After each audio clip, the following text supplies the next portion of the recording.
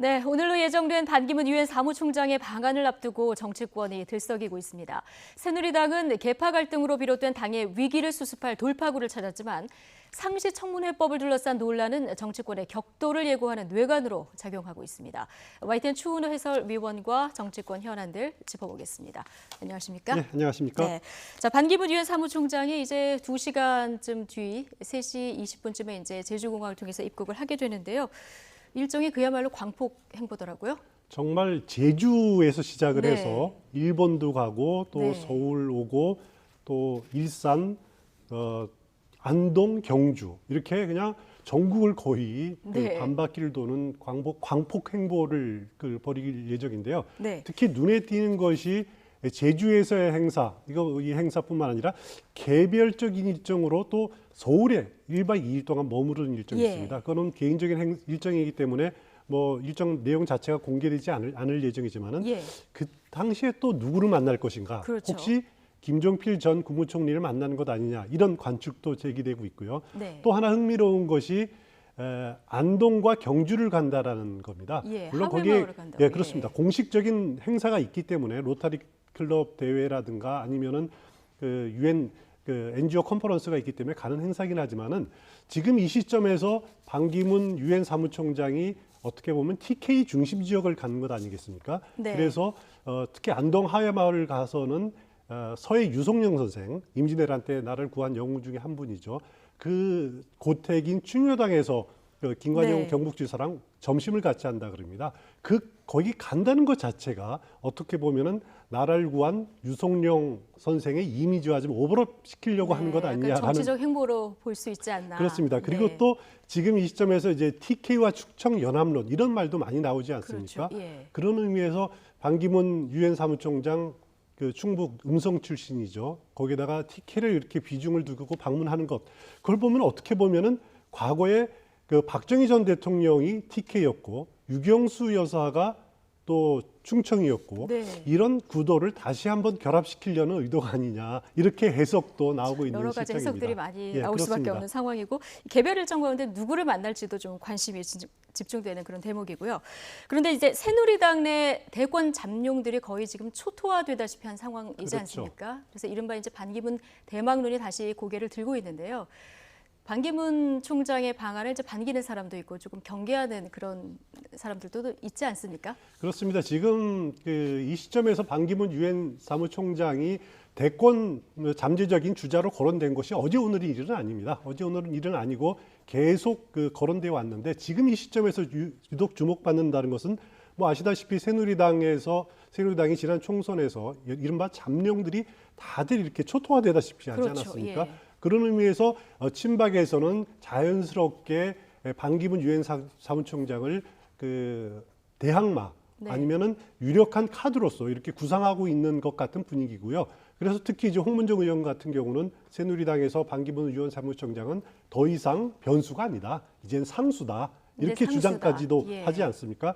하여튼 친박계에서는 반기문 유엔 사무총장을 이렇게 옹립하고 띄우려는 분위기는 역력합니다. 네, 반면대 야당에서는 반 총장에 대한 견제를 또 늦추지 않고 있는 모습 아닙니까? 그렇죠. 물론 그 야당뿐만 아니라 네. 새누리당 내 비박계에서도 비박계도 좀 마찬가지고요. 약간 예. 꺼려하는 네. 그런 분위기가 좀 있는 것은 사실이죠. 물론 김무성 전 대표 같은 경우 명시적으로 말은 하고 있지는 않지만은 그래도 친박계가 이렇게 옹립하려는 움직임에 대해서 지금 경계 눈초리를 갖고 있는 건 사실이고요. 네. 또 야당 입장에서도 보면은 새누리당이 지금 이렇게 뚜렷하게 부각되는 주자가 없는 상황에서 반기문 유엔 사무총장을 이렇게 등에 업으려고 한다.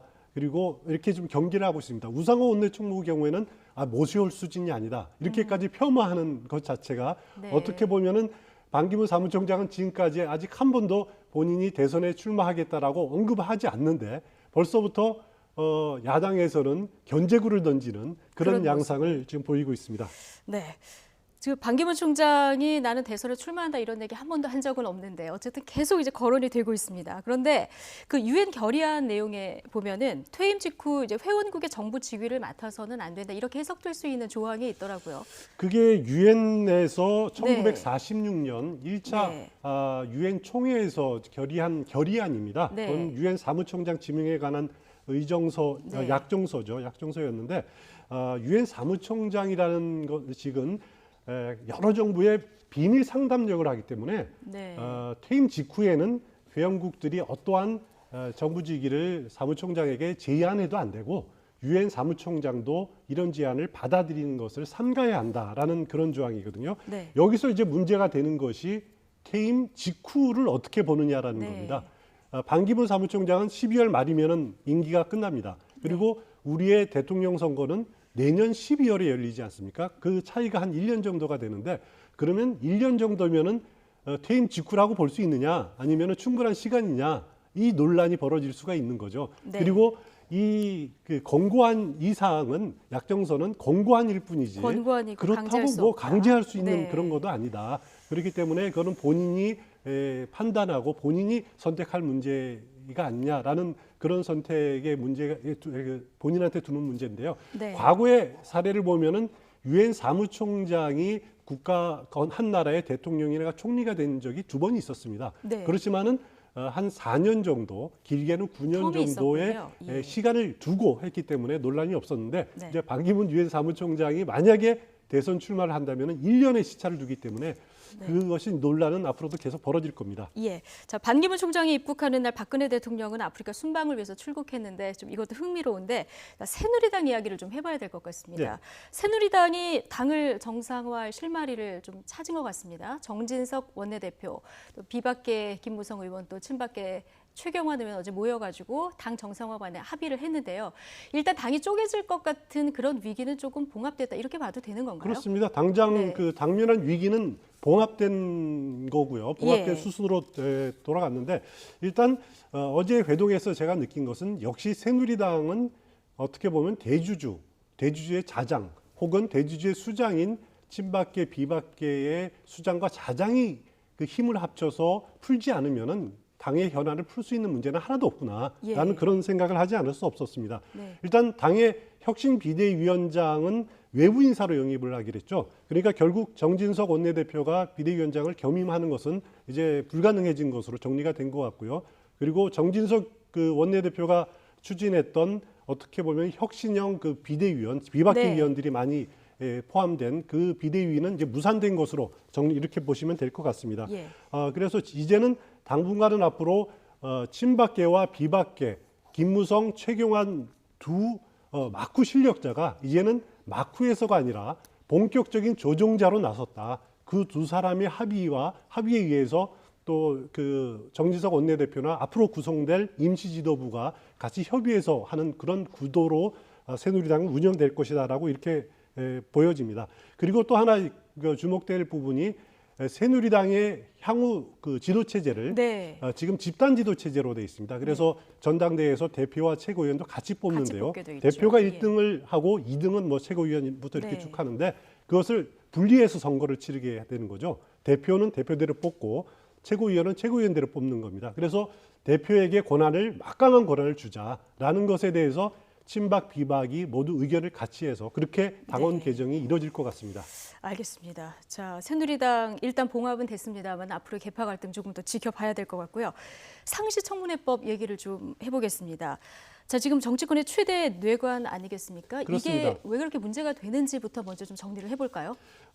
상시청문회법은 지금도 상임위원회에서 청문회를 열 수 있도록 이렇게 우리 국회법에 규정이 돼 있습니다. 지금 현행은 어떤 식으로 돼 있냐면은 중요한 안건을 심사할 때 일단 네. 청문회 열 수 있고요. 또 국정감사나 국정조사에 필요한 경우 할 수 있게 돼 있고 또 법률안 심사에 필요한 경우 이렇게 3가지 조항으로 돼 있는데 네. 이제 개정안으로 가면은 상시청문회법 국회법 네. 개정안에 보면 더 추가되는 네. 것이 소관 현안에 대한 조사입니다. 소관 현안에 대한 조사는 지금까지는 상임위원회 일반회의에서 있죠. 예. 그렇지만은 만약에 청문회가 된다면은 이 청문회를 적용될 때는 증인을 채택하든가 할 때 국회에서의 증언 감정에 관한 법률이 적용이 됩니다. 네. 그러면은 만약에 증인으로 참석을 안 할 경우에는 동행 명령을 내릴 수 있고 또 회의에 합당한 이유가 없이 불참할 경우에는 처벌 조항도 강화되고 이렇기 때문에